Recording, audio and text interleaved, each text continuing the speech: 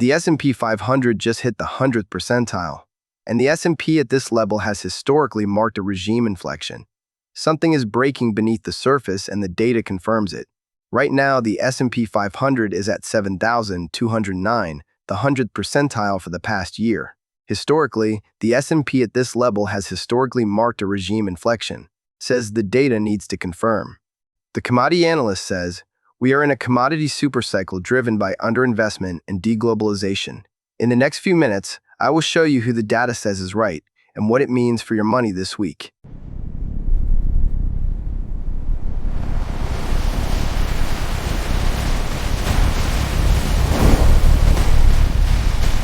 The scoreboard just changed. A scoreboard flip means the numbers shifted. Pay attention to what moved and why.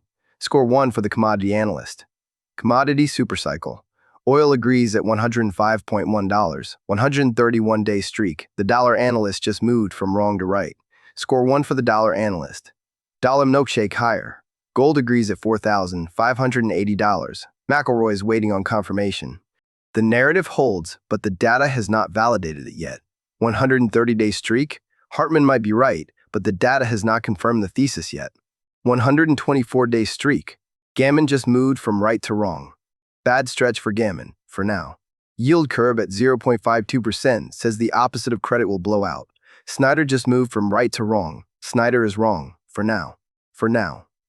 Yield curve at 0.52% is moving against the thesis. The volatility expert just moved from right to wrong. The volatility expert is wrong, for now.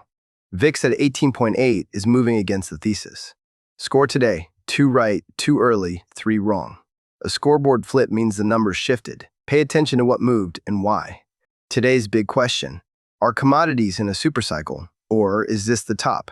On one side says the data needs to confirm. That is the setup. Everyone hears it on the podcasts. It sounds convincing. On the other side, the commodity analyst says we are in a commodity supercycle driven by underinvestment and deglobalization. Two smart people, opposite conclusions. So who is right? Here is what makes this interesting. Oil is rising while gold is falling. Those two signals should not be going in opposite directions. When they diverge like this, one of them is lying, and the resolution is usually fast. Oil at $105.1, 98th percentile. Gold at $4,580. 72nd percentile, down 0.8% today. Copper at $5.99, 94th percentile, up 1% today. Bottom line, right now the commodity analyst has the better case. Oil at $105.1, 98th percentile says the data is moving their direction. If oil drops below $80, the supercycle calls in trouble. Right now it is at $105.1.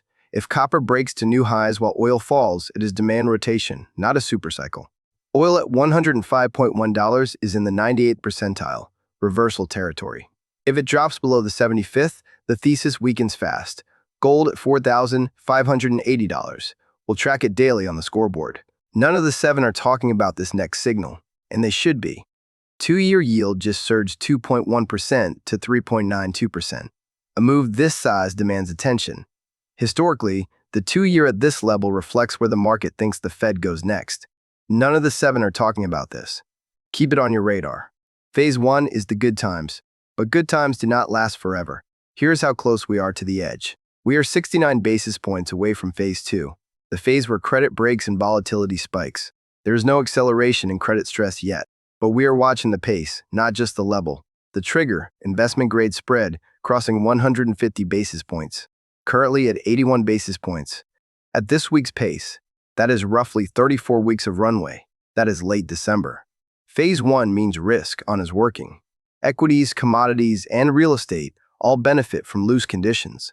Enjoy it while it lasts. For context, the last time credit stress built like this, credit spreads blew out and high-yield bonds saw drawdowns of 15%. The credit and rates layer has yield curve, initial jobless claims flashing red. Gammon says, the Fed is breaking things and credit spreads will blow out. The data disagrees with that thesis right now. Phase 1 holds with 69 basis points of buffer. Conditions favor risk, but do not get complacent. Wall Street trades the index. We trade the ground. Here is what the zip-level data is screaming about today. LA. Days on market is spiking in HOMA. Days on market in HOMA moved plus 100% in 30 days, now 248 days. Buyer leverage score, 5100. Days on market is the cleanest leading indicator we have. Big swings mean liquidity is changing fast. AR.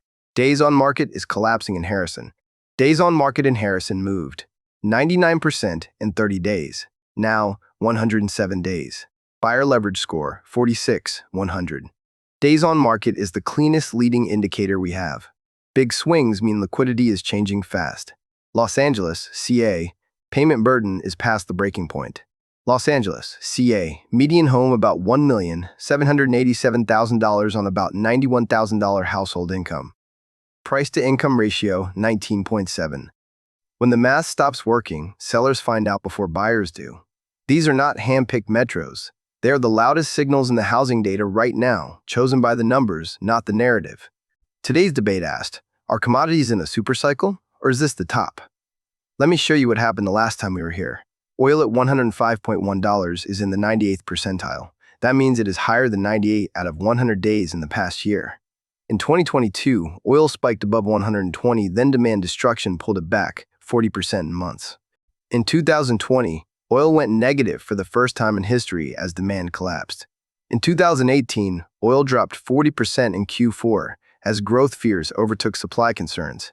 Different environments, different catalysts. But every time, the resolution came fast. The pattern is not the level. It is the speed of the move once it starts. Meanwhile, copper at $5.99 is in the 94th percentile. The last time both oil and copper were at these levels simultaneously, the resolution came within weeks. That is why the scoreboard matters. It tells you which speakers saw it coming and which ones missed it. If history rhymes, the commodity analyst is on the right side of this trade. The data is not ambiguous. Here is what the data says to do right now. Stay alert on VIX. It is surging 5.5% today. Fast moves demand attention. Avoid Phoenix at 40% payment burden. That is stretch territory. Watch 2-year yield. It surged 2.1% and nobody is talking about it. Every signal is live at analyze.builderslens.com. 7 speakers, 65 signals, 1 question every morning. Who is right? Subscribe and I will see you tomorrow morning. Who is right? Subscribe and I will see you tomorrow morning.